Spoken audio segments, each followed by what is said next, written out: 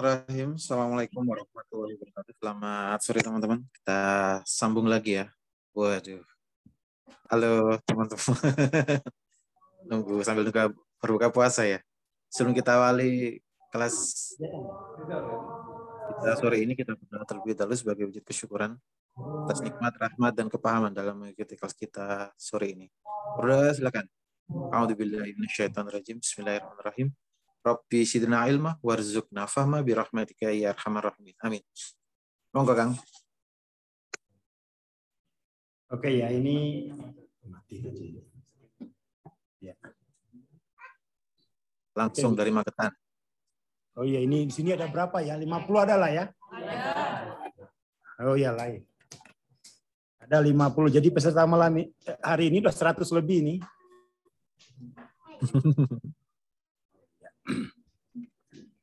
Oke, bismillahirrahmanirrahim. Assalamualaikum warahmatullahi wabarakatuh. Selamat sore ya. Kita lanjutin pembahasan kita tentang transcending level of consciousness. Masih bahas Nature 20.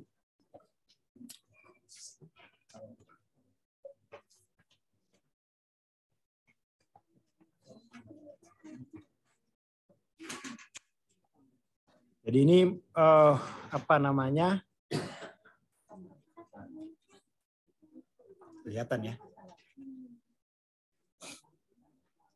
Jadi mengaktifkan ya, mempermalukan atau rasa malu itu digunakan sebagai alat kekerasan. Jadi untuk menyakiti. Jadi menyakiti itu cukup hidupkan apa namanya itu perasaan memalukannya itu udah langsung lemas itu, langsung lemas. Jadi ini juga kadang-kadang tuh korban tuh nggak mau melapor ke polisi misalnya untuk korban kekerasan misalnya kan atau pemerkosaan tuh karena pada akhirnya ini saya menghadapi rasa malu, ya kan? Sudah jatuh tertimpa tangga, keinjak-injak lagi kan. Yang nggak mau gitu. Tapi efeknya itu adalah, kalau sering dipermalukan, maka nanti kepribadiannya itu nanti dia jadi bengis. Bengis.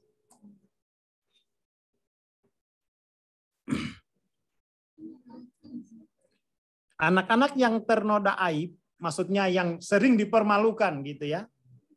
Nanti dia kejam terhadap binatang dan kejam terhadap tubuh-tubuh yang lain. Akhirnya kan ini gagal wholeness. Gagal wholeness.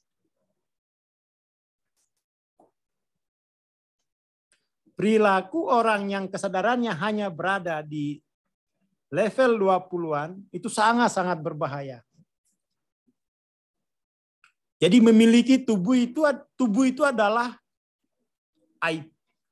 Makanya kemudian tuh dia saya tubuhnya bikin barcode, ya kan? Karena memiliki tubuh itu adalah sebuah aib. Dia punya isu dengan tubuhnya sendiri, bahwa tubuh saya ini aib. Kenapa? Pernah diperkosa macam-macam lah ya. Pernah dipermalukan, makanya di level 20 ini secara fisiologis tuh wajah itu tidak mau lagi diperlihatkan karena memiliki tubuh sama dengan memiliki aib terbesar di dunia. Dan nggak mungkin kan dia nggak punya tubuh. Maka kemudian itu mendingan tubuh ini saja yang dibuang gitu ya. Dengan cara disilet. Dengan cara diminumkan baygon campur sirup. Itu Nature 20 itu seperti itu. Gara-gara punya tubuh saya menanggung rasa malu ini. Mendingan tubuhnya dibuang. Atau misalnya nggak dibuang secara kriminal, dibuang secara medis melalui operasi plastik ganti kelamin misalnya. Jadi kita bisa pahami itu betapa beratnya yang dialami oleh Abdul Fattah. Iya. Sampai kemudian tuh operasi ganti kelamin itu karena memalukan kalau aku punya lato-lato.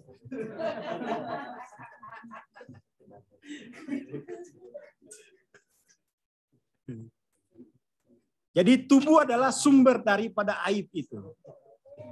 Itu shame. Sebagai individu yang menanggung aib, kemudian tuh dia mengimbanginya dengan perfeksionis dan kekakuan, menjadi terdorong dan intoleran dia kemudian. Menjadi intoleran.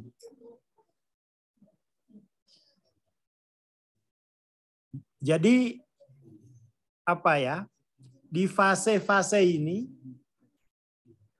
kalau misalnya pernah saja sekali saja dia mengalami apa itu dipermalukan dan itu tidak sembuh, maka itu kepribadiannya itu diwarnai oleh konteks shame ini, dan ciri-cirinya bisa jadi perfeksionis dan menjadi intoleran dengan tubuh yang lain. Tambah sulit jadi wholeness. Tambah sulit. Tambah sulit. Contoh-contoh buruk yang umum dari perilaku ini adalah para ekstremis moral yang membentuk kelompok yang main hakim sendiri. Itu adalah proyeksi shame di alam bawah sadar mereka kepada yang lain. Sehingga kemudian tubuh orang lain itu pantas diserang, pantas dibunuh, pantas dimutilasi. Jadi semakin apa ya, kalau ini nggak disembuhkan, Nature 20 ini, maka itu kemudian tuh aib yang melekat pada tubuhnya diproyeksikan ke tubuh yang lain. Diproyeksikan ke tubuh yang lain, makanya kemudian tuh tubuh yang lain saja yang disiksa, tubuh yang lain saja yang diserang gitu ya. Tapi itu proyeksi ke tubuhnya sendiri. Proyeksi ke tubuhnya sendiri. Makanya di agama itu ya tubuh itu salah satu yang disucikan gitu. Nggak boleh diakses. Karena itu berpotensi untuk mengaktifasi shame itu.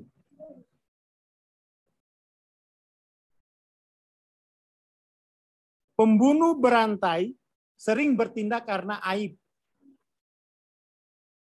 Kebencian dan moralisme seksual dengan pembenaran menghukum perempuan tercela.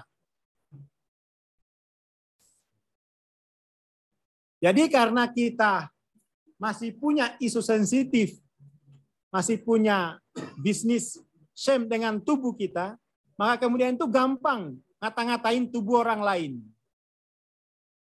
Ya kan, macam-macam, pesek lah, gendut lah, karena itu isu dengan tubuhnya sendiri sebenarnya.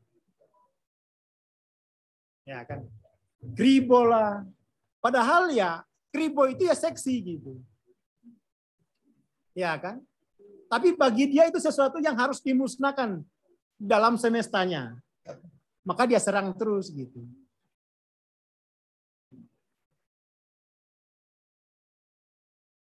Karena hal itu menyeret seluruh level kepribadian, level memalukan ini menghasilkan kerentanan terhadap emosi negatif lainnya. Oleh karena itu sering menghasilkan keangkuhan, kemarahan, dan rasa bersalah yang salah sasaran.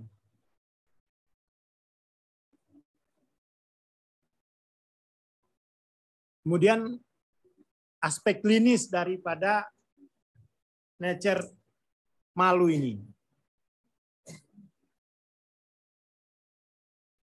Depresi akut, ya, depresi akut merupakan level kesadaran serius yang dapat mengancam, ya, mengancam dunia dan mengancam jiwa. Atau mungkin biar lebih jelas, bisa mengancam saldo Nah kalau depresi kan selalu terancam tuh. Dan sekaligus itu mengancam jiwa. Kalau mengancam dunia kok rasanya nggak ada yang kenal gitu. Giliran saldo kenal semua itu. Jadi sering ke psikiater.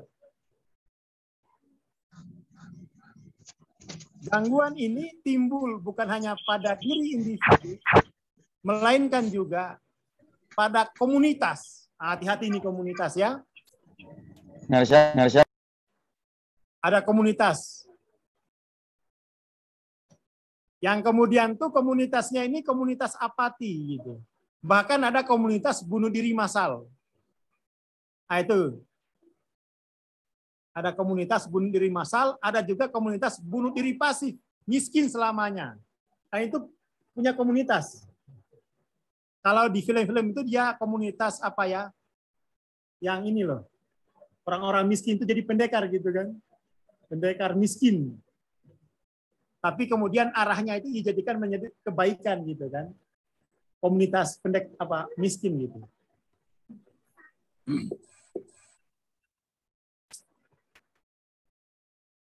Keputusasaan, jadi perasaan tidak mampu menjalani atau tidak mampu memenuhi kebutuhannya. Ditandai oleh rasa tak berdaya dan tak punya harapan. Oleh karena itu digambarkan keadaan tidak punya spirit lagi dia. Dan bagaikan hidup di neraka. Jadi orang yang hidup tanpa makna itu bagaikan di neraka.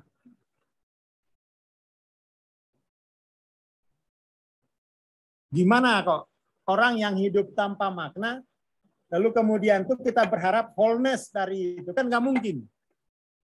Kan nggak mungkin.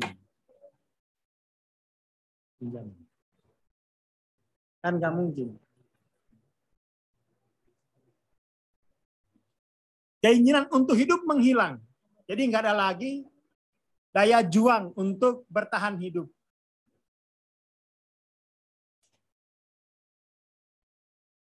Tetapi di lubuk yang paling dalam, bahkan tindakan bunuh diri pun tuh nggak bisa dia lakukan.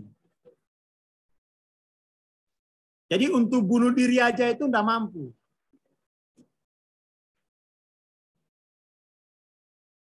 Lalu kemudian tuh akhirnya bunuh diri pasif. Dengan cara tidak mau makan, nggak mau mandi. Ya kan, itu kan cara dia biar tidak dikunjungi orang kan. Dia membuat dirinya jadi sampah. Nggak mau tidur, sering ini. Ya, ciri-ciri bunuh diri pasif itu susah tidur. Tidak terpenuhi kebutuhan tidurnya. Atau lupa minum air putih. Hati-hati itu ya. Lupa minum air putih. Artinya kebutuhan dasar tubuhnya itu dia tersadari. Dia tidak sensitif lagi dengan rasa lapar. Dia nggak sensitif lagi dengan rasa haus. Dia nggak sensitif lagi dengan rasa ngantuk. Nah, itu ciri-ciri putus asa ya. Minimal 50, maksimal 20.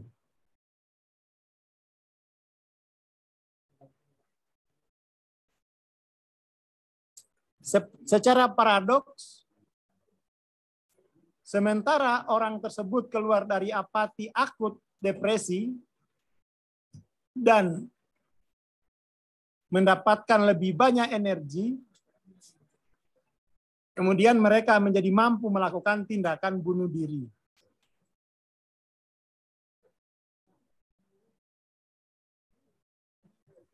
Ini menjelaskan paradok klinis yang keliru dimengerti, yaitu konon antidepresan mengakibatkan bunuh diri, khususnya pada anak-anak dan remaja.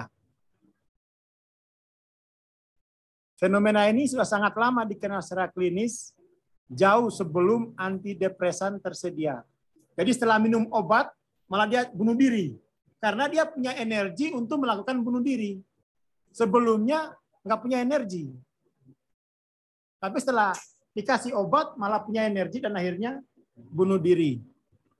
Ini disebut dengan paradoks antidepresan.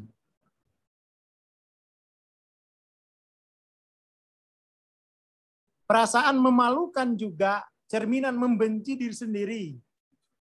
Yang ketika dilampiaskan keluar, bisa mengakibatkan agresi yang hebat, bahkan pembunuhan. Jadi yang gampang membunuh, yang gampang menghilangkan nyawa, atau yang sudah berhayal, kamu nanti saya gorengnya tubuhmu, kamu nanti saya makan, aku mau makan kepalanya dulu, oh aku mau makan perutnya dulu. Itu sudah ada ciri-ciri efek dari imajinasi, dari perasaan memalukan ini. Aneh-aneh itu imajinasinya. Yuk kita goreng kepalamu yuk. Main-main kelihatannya, tetapi itu ciri kepribadian Sam yang belum tuntas. Sam yang belum tuntas. Walau hanya bercanda kok. Oh iya, bercanda memang, tapi itu kan ada sumbernya. Candanya kok seram aman. Hanya bercanda main-main doang, mau goreng kamu gitu kan. Enggak, itu ciri-ciri kepribadian Sam. Kalau di kita itu misalnya saya bunuh kamu ya, bercanda-bercanda gitu. Saya tembak matamu ya, bercanda-bercanda. Enggak, itu ciri-ciri kepribadian Sam yang belum sembuh. Jadi humornya itu kejam. Humor yang kejam.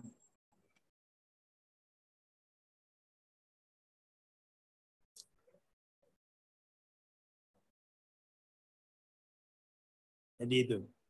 Jadi diciriin temannya. Kalau humornya kok kejam, oh udah langsung ikutin transendensia, yes. Dibayarin, guys. Biar kemudian itu sembuh dari pengaruh nature shame itu. Kasihan. Humornya aja begitu. Itu kalau terpicu dalam situasi darurat misalnya. Oh itu terlaksana itu. Ya kan? Itu kan kemudian tuh dia hanya humor karena situasi tidak memungkinkan. Kalau dia terpaksa itu lebih mudah dilaksanakan humor tadi itu. Jadi humornya humor menakutkan. Ada nggak sini yang humornya itu mau bunuh orang gitu ya? Saya cungkil matamu, wah gitu kan? Banyak ya. Itu harus segera sembuh. Oh ya, banyak juga yang komennya. Kamu saya lama-lama saya bawa ke akhirat. Maksudnya ke neraka gitu. Itu humor 20 tapi berbasis bahasa-bahasa agama. Kamu saya seret ke neraka lama-lama gitu. Nah, itu humor-humor yang harus diwaspadai. Depresi disertai perubahan besar di fisiologi otak dan rendahnya kadar neurotransmitter kritis seperti apa ini? Serotonin dan norepinefrin. Aduh sulitnya ini ya.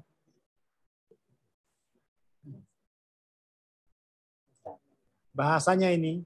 Ini gara-gara kita orang Jawa nggak meneliti ini.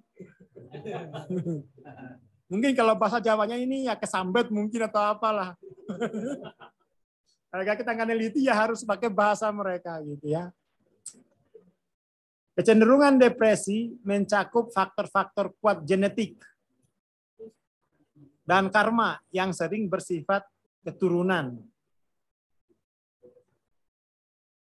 Hal ini juga erat kaitannya dengan kerentanan terhadap alkohol gitu ya. Jadi kalau melihat alkohol itu dia darahnya mendidih.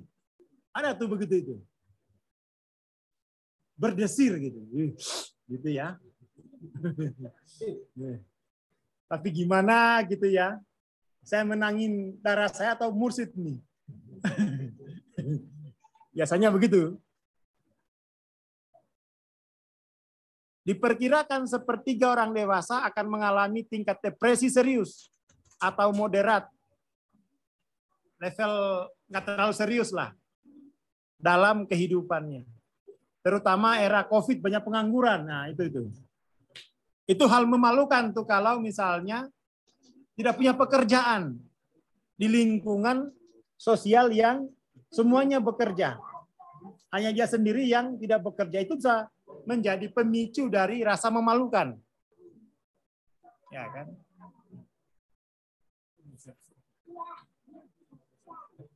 Jadi level shame ini itu lebih banyak ke faktor budaya.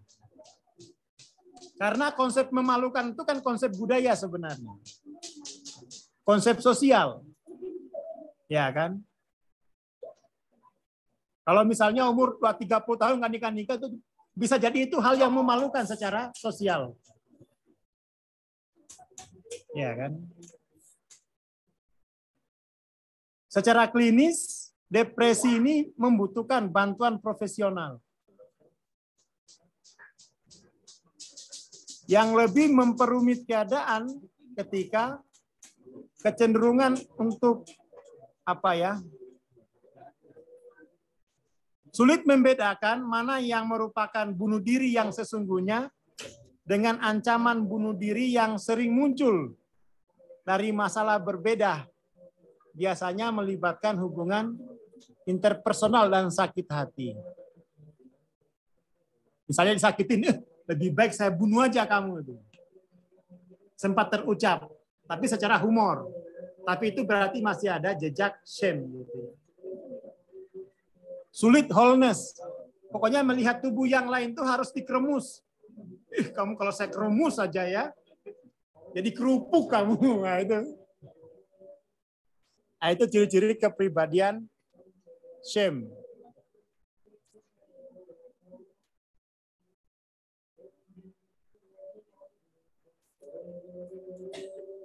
Oke, ya ini masih ada gangguan suara, tapi itu suara azan.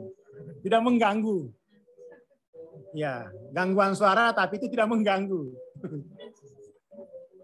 Ya harus pintar-pintar bikin definisi.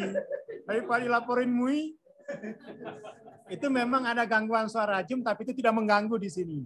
Nyaman-nyaman saja. Ya di sini itu asarnya 4:30 gitu. Daerah gunung memang rata-rata gitu.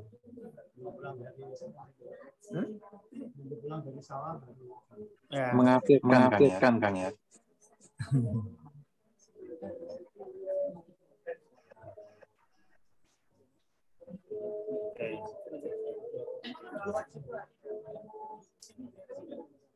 Depresi tingkat serius dapat diatasi dalam kondisi yang tepat. Tetapi sebetulnya itu menunjukkan kebutuhan akan bantuan psikiater dan bantuan klinis profesional lainnya di samping perlindungan dan dukungan gitu. Jadi menghadapi depresi ini memang harus profesional ini. Harus profesional. Dan bisa ke dukun, malah bahaya. Banyak teman-teman saya, beberapa lah, nggak banyak. Ke dukun tuh malah jadi korban pelecehan seksual lagi. Dan itu kemudian tuh tambah berat gitu. Ada teman saya. Dia makanya jangan ke dukun. Udah ikut kelas kayak begini ya, pelan-pelan dengerin Zoom gitu. Insya Allah aman. Kehilangan harapan dan kehilangan untuk hidup atau kehilangan rasa hidup dengan depresi yang menyertainya serta sering timbul pada diri orang yang kesepian, loneliness.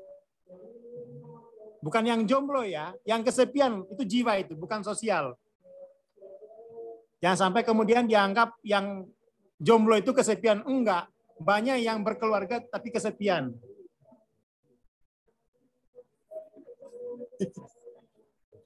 Ya, sering timbul ya pada kelompok-kelompok masyarakat yang usia lanjut misalnya.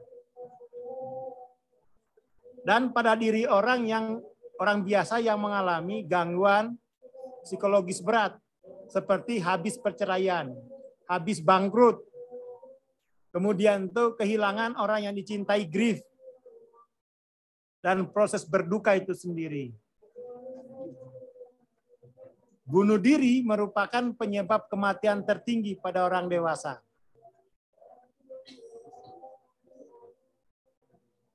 seperti penyakit lainnya, masalah besar emosi itu melibatkan seluruh aspek ya.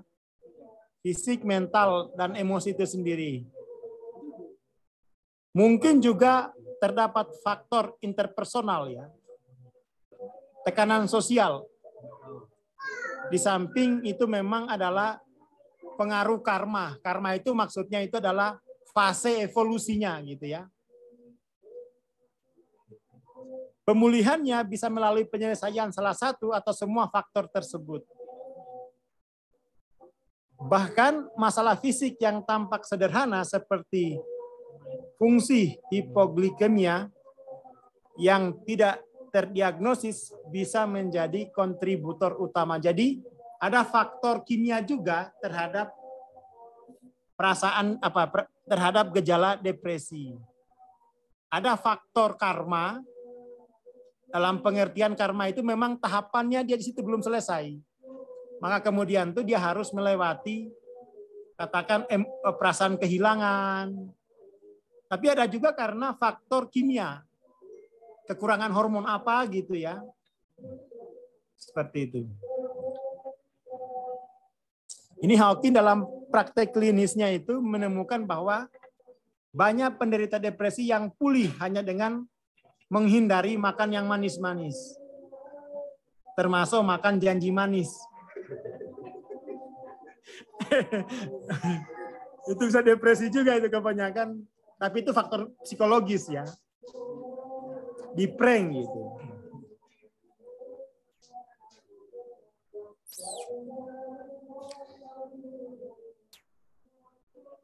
Gagal mencari atau menerima bantuan yang tepat seringkali diakibatkan oleh gengsi. Aduh, masa sih saya depresi? Saya kan lulusan terbaik, tasawuf psikoterapi. Janganlah, jangan sampai ketahuan maksudnya. Masa saya depresi? Saya kan udah haji 5 kali. Gengsi. Atau mungkin ada penyangkalan psikologis. Mana mungkin sih saya depresi? Wong saya masih namakan. Atau mungkin ketidaktahuan atau karma. Dia nggak tahu sedang di nature itu gitu. Jadi banyak faktor itu orang kemudian itu gagal ya mengelola fase-fase depresi. Kalau di Indonesia kebanyakan gengsi spiritual. Di Indonesia.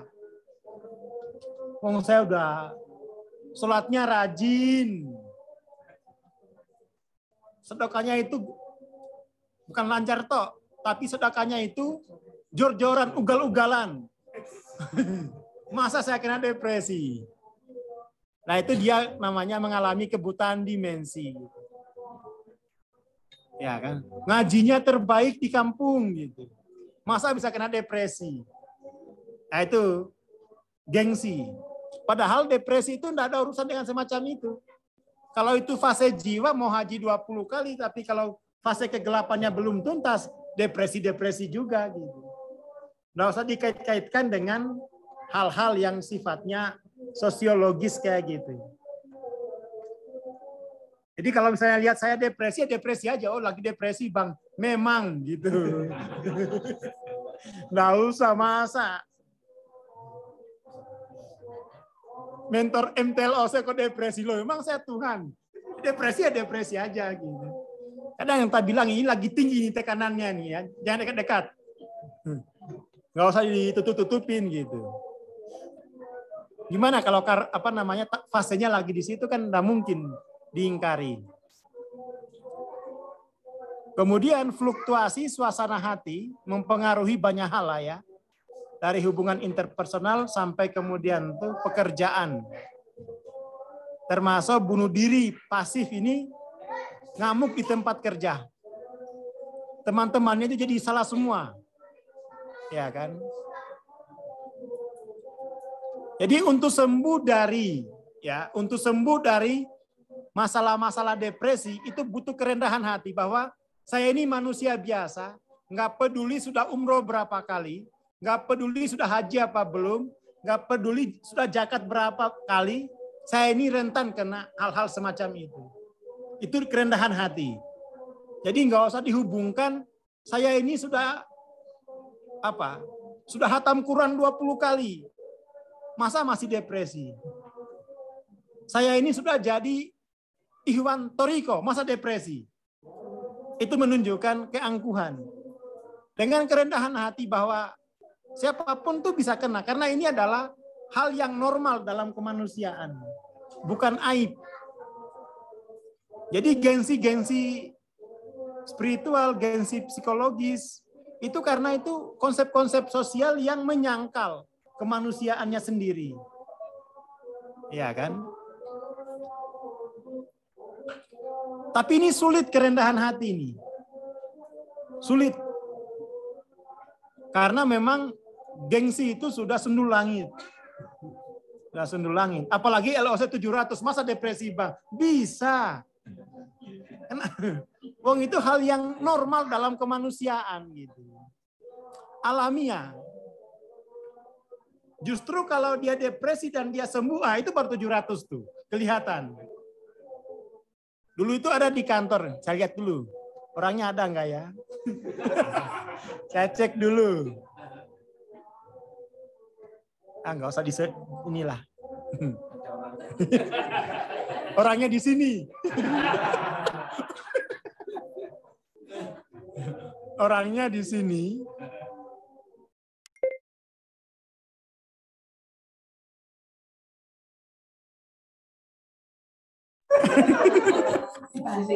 Dibalik gitu. Oke ya, jadi ini yang diperlukan itu kerendahan hati bahwa saya ini masih manusia biasa dan kemanusiaan itu kan dikuasai oleh energi-energi lemah semacam itu. Ya, jadi jangan sampai kemudian itu sudah spiritual lalu kemudian mengingkari kemanusiaannya sendiri. Dan itu sulit sembuh kalau kemudian tuh kita mengingkari kemanusiaan kita. Hanya gara-gara kita sudah merasa sudah religius. Jadi untuk sembuh daripada depresi ini, dengan rendah hati akui bahwa tidak peduli gelarmu, katakan tuh sudah doktor di bidang tasawuf. Tidak peduli sudah naik haji berapa, dengan kerendahan hati, kemanusiaan saya ini rentan untuk kena depresi. Apalagi pas lagi saldo nggak punya, depresi itu. Serentan.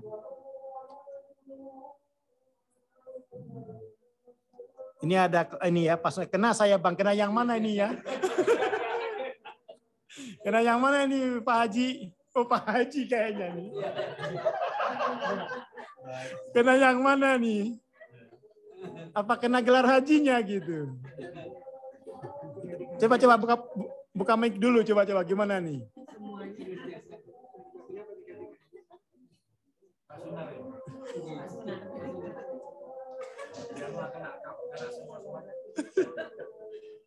Oh, ya oke. Jadi kemudian tuh bukan berarti kita religius lalu kemudian kemanusiaan kita itu hilang, kan nggak begitu gitu. Ya kan? Jadi prinsipnya kerendahan hati. Kerendahan hati. Bukan rendah diri tapi rendah hati. Rendah hati itu artinya penerimaan total kepada seluruh potensinya. Bahwa saya masih manusia. Kayak Nabi itu loh. Dengan rendah hati mengakui bahwa kalau ditinggal istrinya meninggal itu ya mengalami grief. Iya kan? Mengalami grief. Meninggal putri-putrinya ya grief, sedih. Nangis. Bahkan Nabi itu ketika ziarah ke makom ibunya itu nangis jadi-jadinya. Seluruh orang dengar. Padahal itu sudah terima wahyu. Sudah terima wahyu, sudah fatul makkah itu sudah terjadi. Nangis sejadi-jadinya. Sampai orang itu pandang-pandangan. Oh gini toh Nabi itu. Dengan kerendahan hati mengakui kemanusiaannya. Lah kita ya bukan Nabi. Iya kan? Nggak punya prestasi apa, tapi hanya gara-gara pakai jilbab misalnya. Nah mau kena depresi. Apa kata dunia? Gitu kan. Apalagi apa kata Ibu RT. Nah. Jadi untuk sembuh mari dengan kerendahan hati akui. Gitu ya, bahwa ya beginilah kemanusiaan tuh.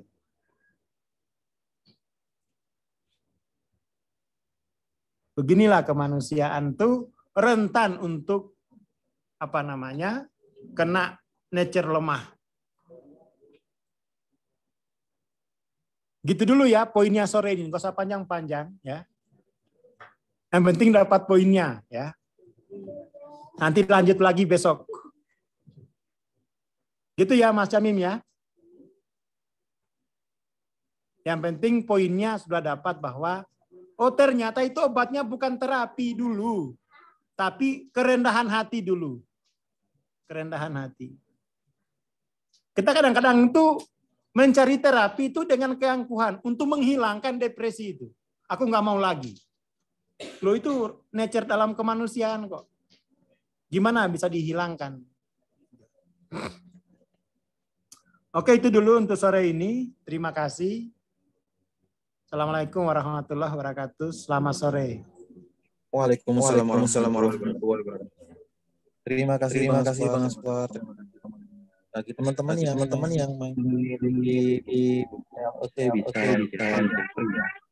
bertemu sore, linknya tetap pakai ini ya teman-teman.